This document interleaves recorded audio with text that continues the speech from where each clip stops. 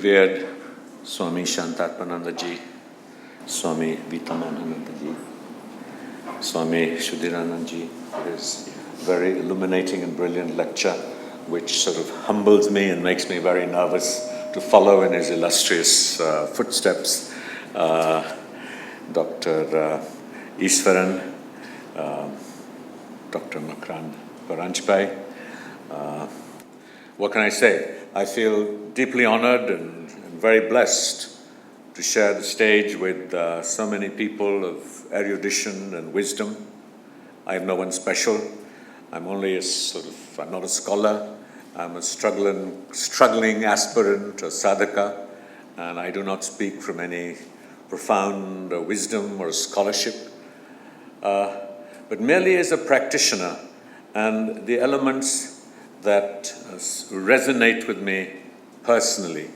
I try to make sense of a seemingly mad world, to find happiness, and like all sentient beings, all of us, to avoid suffering. So my perspective is really a very lay person's approach and articulation of an expansive religion, Hinduism, which has so many diverse facets and nuances. I feel humbled by the recognition of the truth of Shri Ramakrishna words that it is easy to talk about religion, but far more difficult to practice it. And I am certainly no successful practitioner of religion. On my journey, like for Swami Vivekananda, who said that the Buddha is my Ishta and the Ramakrishna is my master. One was a bhakta and the other was an agnostic. To quote Swami Vivekananda in Chicago, he said, "I am proud to belong to a religion which has taught the world both tolerance and universal acceptance. We believe not only in universal toleration, but we accept," and I think if he was speaking today, he would have added, "celebrate that all religions are true." And I have always felt that if the Buddha and Sri Ramakrishna were to meet each other in person, they would bow to each other with mutuality and respect, celebrating each other as fellow travelers. And it is in this spirit that I see the inherent celebration of religious and intellectual and philosophical harmony and independence in the Hindu tradition. One of my great joys was that my first teacher, and I had the great blessing and privilege to receive Diksha from Swami Ranganathananda Ji Maharaj, and my later teacher and root guru, the Dalai Lama, I was able to introduce these two great teachers. They became good friends, and I had the privilege way back in the 1980s to moderate a historical dialogue between these two great masters. And the warm relationship of empathy, mutual respect, and learning between the two, in some ways representing diverse traditions, has been a sort of great learning and inspiration for me.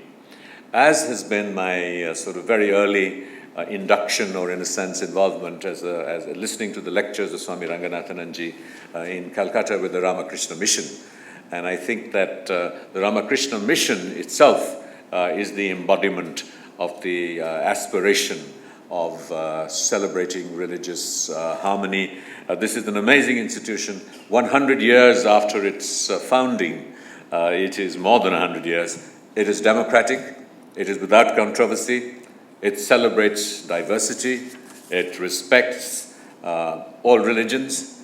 And within the mission itself, it accommodates monks with different paths and different personalities within the ambit of Hinduism. So you have the karma yogis who go on and work amongst the Nakshalites and set up schools. You have the Gyan yogis, the Bhakta yogis, and the less visible, I'm sure, are the Raja yogis. And I remember very much sort of in my early years of trying to engage with the mission, I always thought that the Raja yogi aspect was much more glamorous and the fast track to spiritual evolution. but I couldn't persuade any of the Swamijis to share any of that wisdom and a part of their very important tradition. Let me return to the topic of the seminar with a quote from Swami Vivekananda in Chicago. And I believe that it sums up today's situation in India and in the world. And the very fact that we hold this convention, it could just as well be a mini Chicago address. And so he says, the present convention, which is one of the most august assemblies ever held, is in itself a vindication, a declaration to the world of the wonderful doctrines preached in the Gita. Whosoever comes to me through whatsoever form, I reach him. All men are struggling through paths which in the end lead to me. Sectarianism, bigotry, and its horrible descendant fanaticism have long possessed this beautiful earth. They have filled the earth with violence, drenched it often and often with human blood, destroyed civilization and sent whole nations to despair. Had it not been for these horrible demons, human society would be far more advanced than it is now. But their time is come, and I fervently hope that the bell that tolled this morning in honor of this convention may be the death knell of all fanaticism, of all persecutions with the sword or with the pen, and of all charitable feelings between persons wending their way to the same goal. These words of the Gita, written thousands of years ago, resonate in our fractured world. And it is the philosophy and the ideas of Swami Vivekananda and the Ramakrishna tradition that hold out possibility and hope, even today, that many decades after the Chicago address. And we cannot be but anguished by the celebration of muscularity, ostensibly as a means of defending the expressions of one's faith, even in the name of Hinduism. After all, a religion or a philosophy is not merely frozen in books and monasteries and the great institutions such as the Ramakrishna mission, but it is the ways in which it plays out by the man on the street in the everyday interaction of people. I think that we have often idealized religion and been able to identify our sources of inspiration and possibility, while neglecting the ways in which these religions are today actually practiced and manifest. And the great contribution of Swami Vivekananda in Chicago was the articulation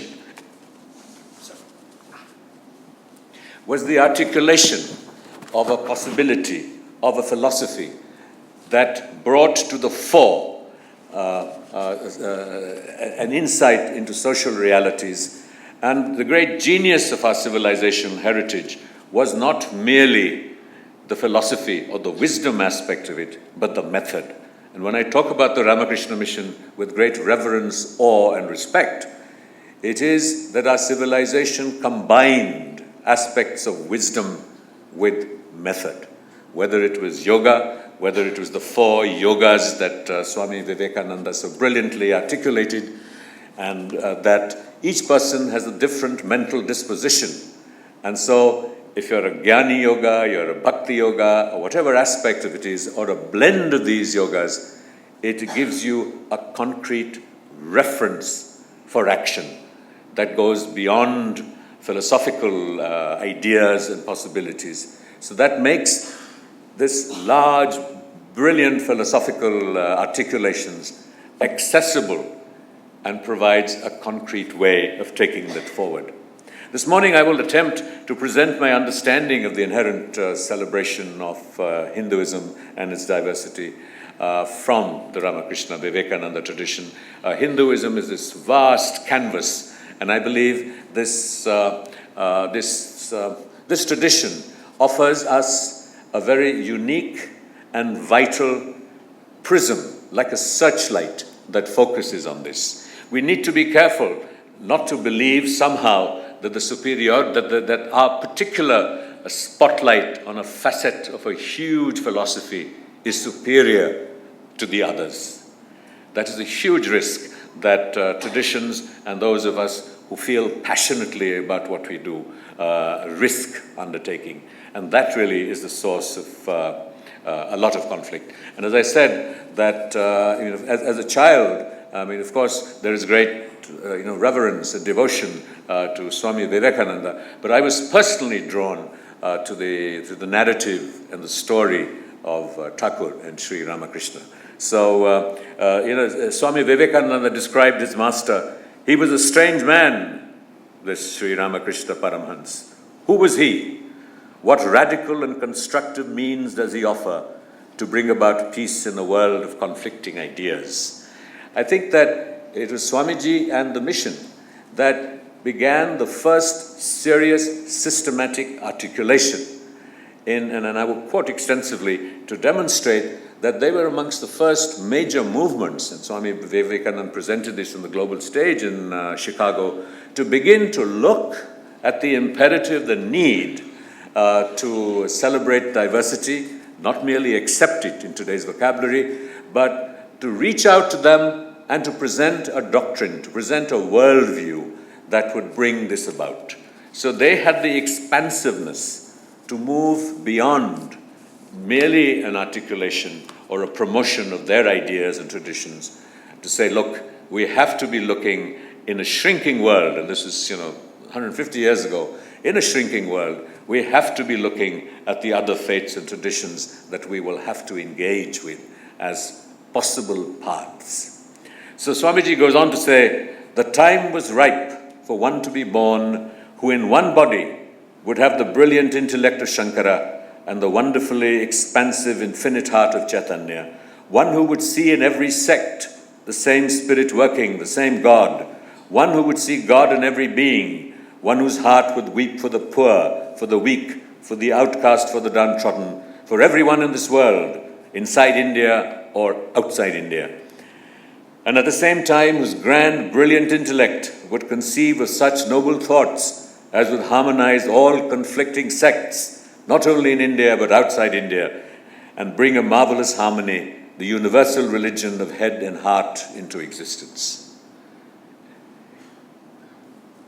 So Sri Ramakrishna was a man who millions continue to believe and worship as an avatar, a human in human form, a Hindu god who not only felt the need to engage in diverse sadhanas of his Hindu birth, but those of other religions that would often and to most people appear to be sacrilegious.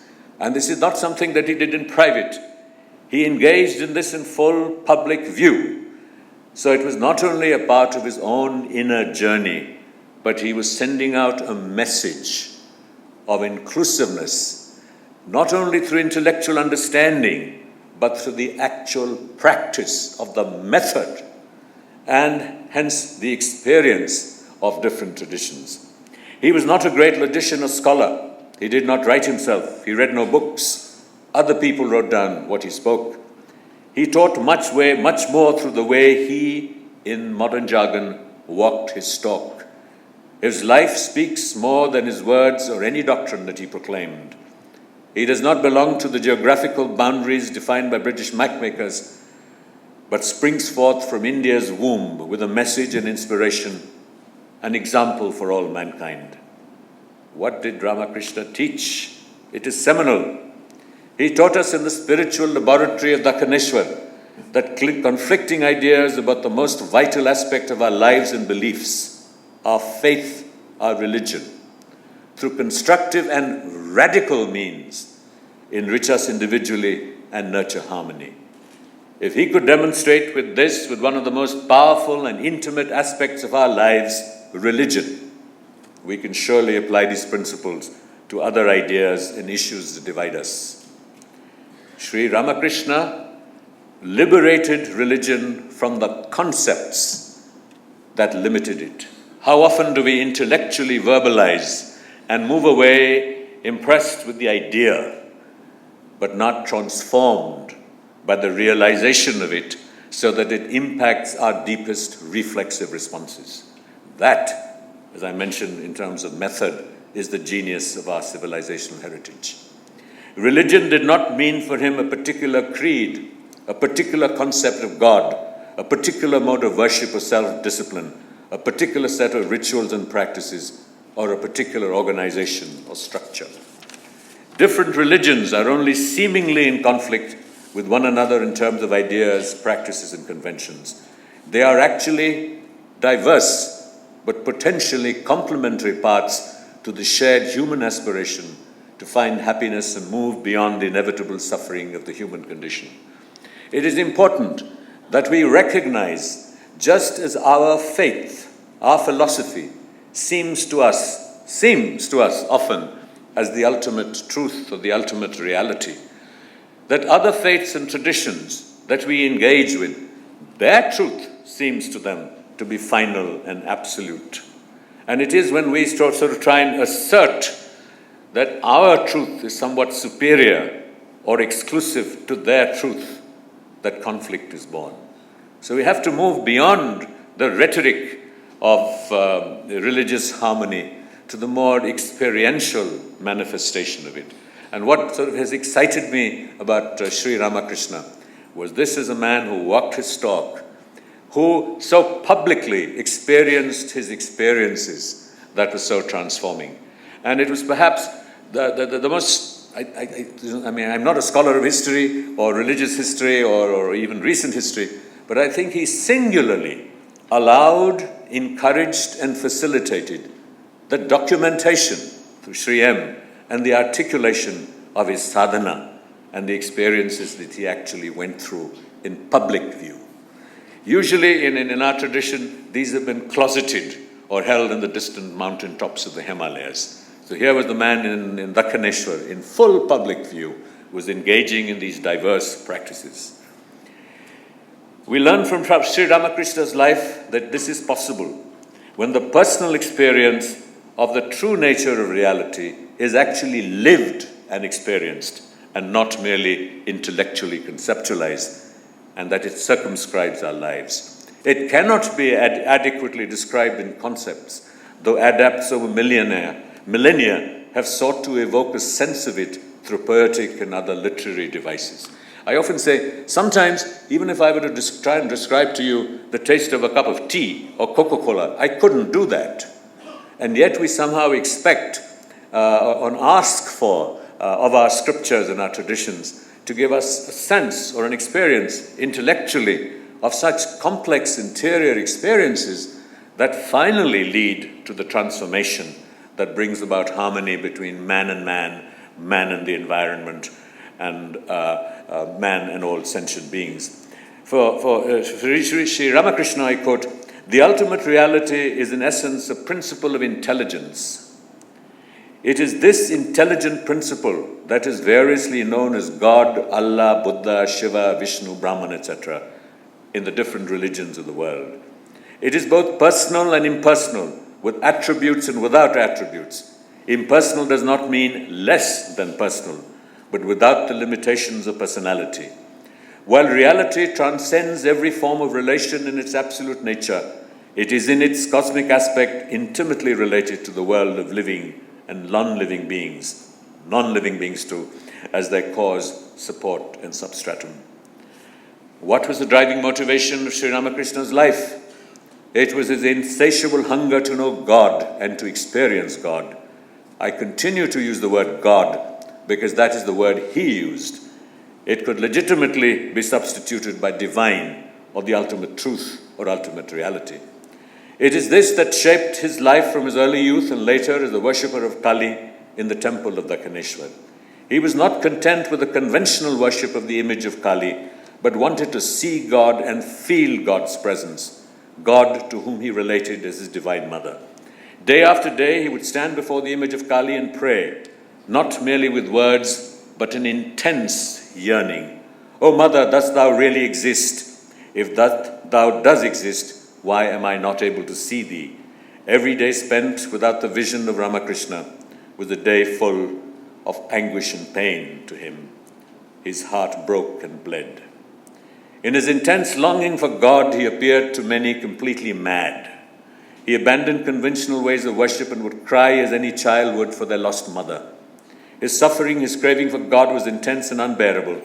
One day he picked up the great sword lying in the temple and was about to end his life, when in a flash, Shri Ramakrishna felt God everywhere and everything. For Shri Ramakrishna, this experience of God was the interconnectedness of all phenomena. It was an all-compassing, unifying reality and a guiding intelligence. There are no words, no concepts adequate for the enormity and infinite nuances of the experience. This is the highest truth, and all else is vanity. Whatever the nature of that cataclysmic moment of the vision of God that Sri Ramakrishna had, he hungered for more, seeking to reinforce, revitalize, and revalidate his realizations with the inclusive completeness of the diverse approaches that evolved over millennia to help man experience the infinite, God, ultimate reality, intelligence, whatever phrase we used. So here was an avatar who felt the need, who felt the imperative to revitalize his experience, not merely with the singular experience of his Ishta, Kali, but through the diverse realizations of not only the different strands in Hinduism, but of other religions and faiths. So even as he practiced the sadhana of other religious traditions, he also practiced the range of sadhanas of Hinduism. There are many seemingly diverse, contradictory philosophies, but Sri Ramakrishna received initiations and practices over all of these over extended periods of time, not merely sort of an intellectual dalliance, but a deep, realized experience. You cannot glimpse another person's lived experience looking in through the window. You need to go into his space and live his life. We must bear in mind that religion does not consist in talk, which is what I'm doing here, or doctrines or books, but as I said, in realization. It must impact our deepest reflexive responses. To realize the Islamic perception of that ultimate reality, what did Sri Ramakrishna do? He did not deliver lectures, as I'm doing here today, on communal harmony. What he did was revolutionary. For several days, Ramakrishna renounced and forgot his own gods completely. He did not worship them. He did not even think about them. He lived outside the temple precincts. He repeated the name of Allah. He wore the robes of a Muslim and was ready to eat forbidden meat. In the same way, he took to Christian ways. This was necessary for him as he wanted to experience and demonstrate the variety of diversity, the value of it, and the seemingly conflicting ideas. Religious traditions and leaders who embody the highest aspirations of their faith recognize that these are born and articulated in particular social and historical contexts in which they originated and were taught. And so Ramakrishna's references to God are not just to his God, a God, or the God, that the people who came to him in Dakshineshwar are comfortable with, but to the all-embracing reality that most theistic traditions describe as God. In the culture of empirical inquiry of our age, modern science too reassures us through the theories and experiments of quantum physics that tell us that all reality is relative. Quantum physics will tell you that the very presence of the observer changes the perception and experience of reality. So our reality, experience and reality of God is both universal and it is individual. And it is based on our particular situation and perspective. It is in this celebration of the diverse perception of reality that rests the answer to the core of today's topic of discussion: the religious harmony inherent in Buddhism and Hinduism. In particular, Buddhism is an offshoot of Hinduism. It is only when we truly and fundamentally recognize and experience, I keep repeating this because as a struggling aspirant myself, I have found it wasteful almost to the pure engagement in the intellectual understanding of ideas and philosophy and faiths. I'm not a Gyan Yogi. I have never done well academically. And for me, ultimate transformation and the impact comes from the grace of great masters, to be in the presence of erudite Swamijis, to be in this space, sacred spaces like the Ramakrishna mission. To just go and sit in the temple here is transforming, because it is the presence, it is the vibrations of so many aspirations for peace. I personally, it is a failing.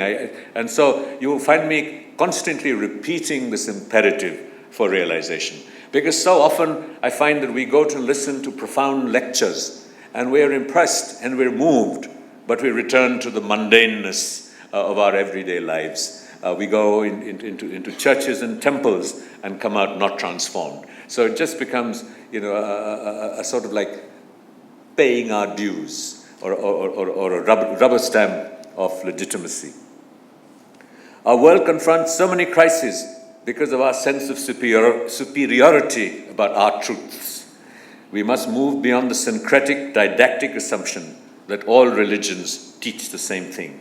If there is one unity, it is surely compassion and caring for others, not just as an abstract good that will please the gods, but as a practical, scientific good sense. Listen to what the preeminent disciple of Shri Ramakrishna, Swami Vivekananda says. Therefore, I am firmly persuaded that without the help of practical Islam, theories of Vedantism, however fine and wonderful they may be, are entirely valueless to the vast mass of mankind. We want to lead mankind to the place where there is neither the Vedas, nor the Bible, nor the Quran. Yet this has to be done by harmonizing the Vedas, the Bible, and the Quran. Mankind ought to be taught that religions are varied expressions of the religion, which is oneness, so that each may choose that path that suits him best. For our own motherland, a junction of the two great systems, Hinduism and Islam, Vedanta brain, and Islamic body is the only hope. How many today of our political class will be willing to embrace an idea such as this, despite our professed commitment to the ideals of Sri Ramakrishna and Swamiji? There is always the temptation to draw into our tradition, to draw into our scriptures, as I am doing today myself, abstracts and quotations and references that suit our particular purpose. And we fail to look at the larger canvas of possibilities and ideas that the very teachers we refer to and we draw inspiration from have articulated.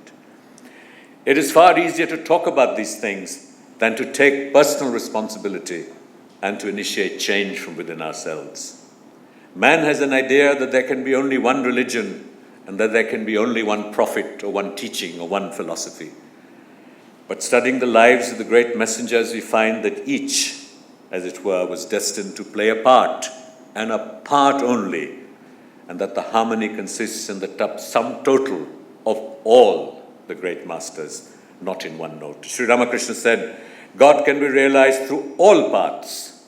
All religions are true. The important thing is to reach the roof. You can reach it by stone stairs, or by wooden stairs, or by bamboo steps, or by a rope. You can also climb up by a bamboo pole. If we were to put aside the challenge of engaging with the complex issue of absolute and relative truths, we can pause for a moment and look at a more mundane level of what is it that unites us as we share our planet. And here again, from our grand Hindu tradition, the idea of karuna, or compassion. All of us human beings, we want happiness and we want suffering, and we want to avoid suffering. Can we at least recognize that the myriad ways in which we are interdependent, that our happiness depends on the happiness of others? So our happiness, as followers of the Hindu-Buddhist tradition in my case, depends on the happiness of other traditions, the practitioners of all other faiths, including atheists and agnostics. And our very survival depends on them. Just look at the number of ways in any single day that our needs are met by diverse people. from the farmer who grows his food, to the person who supplies, him the fertilizer, to the doctor we go into the hospital. So at the human level, our very survival depends on so many other people. How can we be indifferent to their happiness and their potential when they make our very survival possible? And if we believe in reincarnation, at any point in history, every human being in some previous life has been our mother, father, brother, or sister. So just today, because in today we do not recognize them, or if our parents who were our more sort of recent family were to 100 lifetimes later be reborn in our proximity. So everybody here, we are relative, we are related. And I think it is that interdependence, the idea of impermanence, which Buddhism emphasizes, that has its core and origins in the Hindu traditions. And so Swami Vivekananda tells us again, all the teachers of humanity are unselfish. Suppose Jesus of Nazareth was teaching and a man came and told him, "What you teach is beautiful. I believe that it is the way to perfection and I am ready to follow it. But I do not care to worship you as the only begotten Son of God." What would be the answer of Jesus of Nazareth? "Very well, brother, follow the ideal and advance in your own way. I do not care whether you give me the credit for the teaching or not. I am not a shopkeeper. I do not trade in religion. I only teach truth, and truth is nobody's property." As I have said so often, it is not enough to read or listen. We must, like Shri Ramakrishna, engage in the sadhanas that transform our deepest reflexes. I'm sorry, this is my mantra. And as an aside, that this is a lesson that I get from my teacher, the Dalai Lama. And so whenever I meet him, even if in passing, he will whisper into my ear, "Practice, practice, practice." Practice, practice, practice was the motto of the life of the saint of the Kaneshwar. We need to start with ourselves. As he said, "The fabled musk deer searches the world over for the source of the scent which comes from itself." And I will conclude with the words of Swami Vivekananda in Chicago. "But if anyone here hopes that this unity will come by the triumph of any one of the religions and the destruction of the others, to him I say, brothers, yours is an impossible hope. Do I wish that the Christian would become Hindu? God forbid. Do I wish that the Hindu or Buddhist would become Christian? God forbid. Upon the banner of every religion will be soon written, in spite of resistance from them, help and do not fight. Assimilate and do not destroy. Harmony and peace and not dissension." Thank you.